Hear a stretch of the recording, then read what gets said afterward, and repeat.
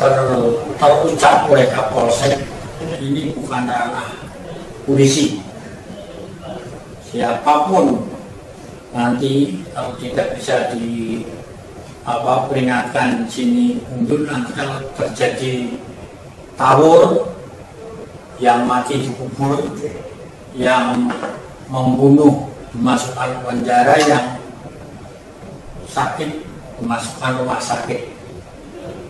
Itu kata Kapolsek. Warga mewargi beringas. Ya, kebetulan saat itu saya minta dan ambil, karena waktu itu hadir dan ambil. Nah, saya minta untuk bagaimana, dan ambil tidak bisa membutuhkan keputusan, beliau mendatangkan dandim. Jadi ternyata datang itu kira-kira jam 4 sore. Jadi saya masuk menemui Sinur, ini ternyata agak shock karena waktu ketemu dengan Pak Kapolsek, karena Kapolsek bilang juga yang tadi katakan bahwa ini bukan ranah saya, Sinur. Jadi kalau baru ada yang meninggal, kita baru datang. Jadi berarti menunggu ada yang korban. Iya semua. Ya kalau itu nunggu saya meninggal, ya saya lebih baik di sini, tidak akan pergi. Terus Kapolsek itu disuruh kembali. Pada saat itu Sinun tekanan darahnya melonjak tinggi. Saya suruh istirahat di kamar. Kemudian waktu jantung ke situ, nanti saya minta juga menyaksikan bahwa Sinun dalam keadaan sakit karena tertekan. Dan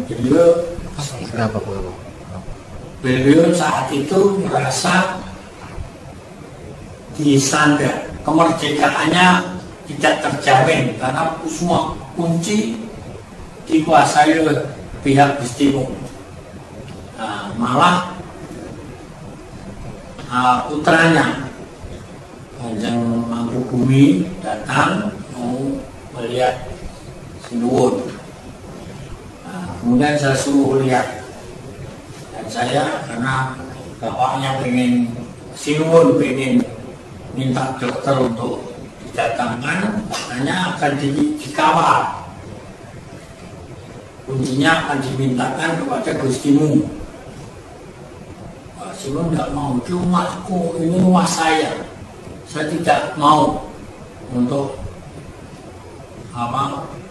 dikawal. Akhirnya putra Sinun saya suruh keluar untuk tidak kunci kembali. Sinun memanggil kita ini berempat, saya, kemudian Kanjeng Kus, Kanjeng Atmo, Kanjeng Peter. Beliau di sini bilang, saya tidak ingin menyakiti keluarga saya, tapi kalau saya mati di sini, kita tipe mati siji bareng yang mati. Di situ saya merasa terpanggil. Nah, waktu itu putranya Sinun yang kecil, kira-kira umur 5-6 tahun, belum pernah dia sampai berpegangan pada saya, nubruk saya. Yang gimana ini kalau nanti diserang kita mati gimana? Wah, jangan bilang gitu. Ayo ke kamar aja dikunci. Anak kecil ketakutan. Nah, ada Sentono yang sampai tidak bisa berdiri. Akhirnya Sinun anak Pak Dandim ada di situ. Sinun minta izin karena sudah tidak kuat berbicara minta tidur. Sinuhun tidur. Kemudian Dandim pulang. Tapi tadi Sinuhun sudah bilang, bagaimana bisa memasukkan dokter? Kalau tidak ada kunci, pakai tangga. Saya bilang tidak bisa. Sinuhun pakai tangga. Dan pakai apa? Pintu Sasana Putra yang dulu pernah rusak itu bisa didobrak Sinuhun. Ya udah, dobrak aja. Seizin saya. Nggih dari Sinuhun. Nah, kemudian saya masih kesempatan ketemu dengan putranya Sinuhun, Kanjeng Mangkubumi. Kanjeng Mangkubumi ini perintah Sinuhun untuk dobrak Sasana Putra pintu. Gimana? Bisa ngambilkan kunci ke Gusti Munggah? Dia bilang saya tidak sanggup. Udah, hitungan detik dari luar sudah selalu tanya, bagaimana Pak Bu? Karena itu pakai jeep saya, Harto. Sudah disiapkan, oke. Saya matur Sinuhun sekali lagi. Sinuhun dobrak, saya sudah tidak kuat. Dan yang dobrak itu dia pintu yang ke arah Sasana Putra tadi saya buka. Betul, ini orang baru lagi masuk bukan beringas mau lihat Sinuhunnya kira ya tahu lihat. Nah kemudian apa? Tidak sampai berapa lama dokternya bisa masuk. Nah, di sini hampir saja terjadi les fisik dengan Esa Terate. Dari luar melempar batu, pakai ketepel dan sebagainya. Kemudian ada Rawit. Buka, saya buka. Nah, akan ditenteramkan. Akhirnya Edi Wiluhuri datang untuk menahan orang Esa Terate tidak melempari batu, ceasefire. Jadi menahan gempuran. Kita berhenti. Tidak senang beberapa lama. Dandim sama Kapolres datang.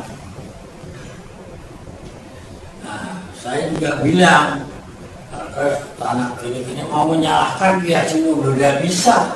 Sinuhun, saya lihat sakit karena saya bilang bahwa ini salah informasi dari oknum Kapolsek yang sejak awal minta lindungan tidak pernah dilindungi. Nah, kalau Sinuhun sakit, warga Mariwati merasa itu rajanya harus diselamatkan. Nah, kemudian ada kesepakatan kita rakyat Mariwati, warga mau pulang ke rumahnya asal Esa Terate ini juga pulang ke rumahnya masing-masing. Jadi di Kraton tidak ada Esa Terate. Kesepakatan Dandim yang mengawal daripada Esa Terate dengan kurang lebih 6 truk dengan pasukannya. Kira-kira jam 1 semuanya baru selesai.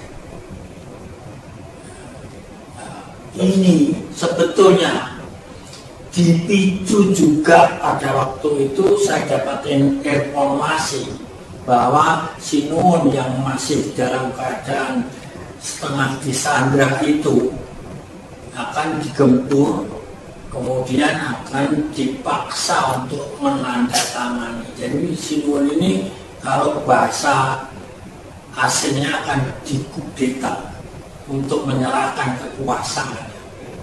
Nah, ini Sinuhun tidak mau.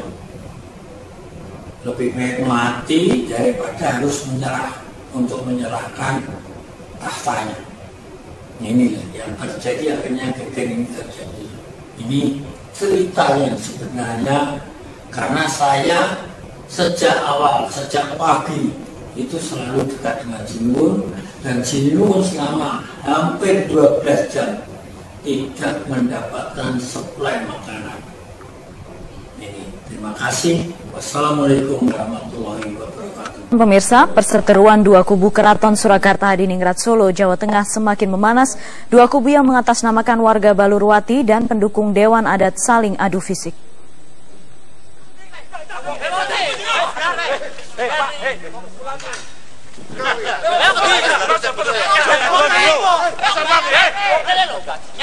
Adu fisik tidak dapat dihindari saat dua massa berhadapan.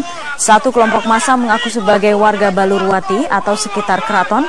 Satu kelompok massa lain mengaku pendukung Dewan Adat atau penguasa keraton saat ini. Kericuan yang terjadi di Keraton Dinasti Mataram ini sejak tadi pagi saat salah satu adik Pakubuwono ke-13, Gusti Kanjeng Ratu Wandansari, berusaha masuk ke dalam kediaman Pakubuwono XIII atau Sasana Narendra. Usaha GKR Wandansari mendapat penolakan dari panitia halal bihalal. Kedatangan GKR Wandansari menentang acara halal bihalal dan pelantikan KGPH Panembahan Agung Tejo Wulan sebagai Maha Menteri.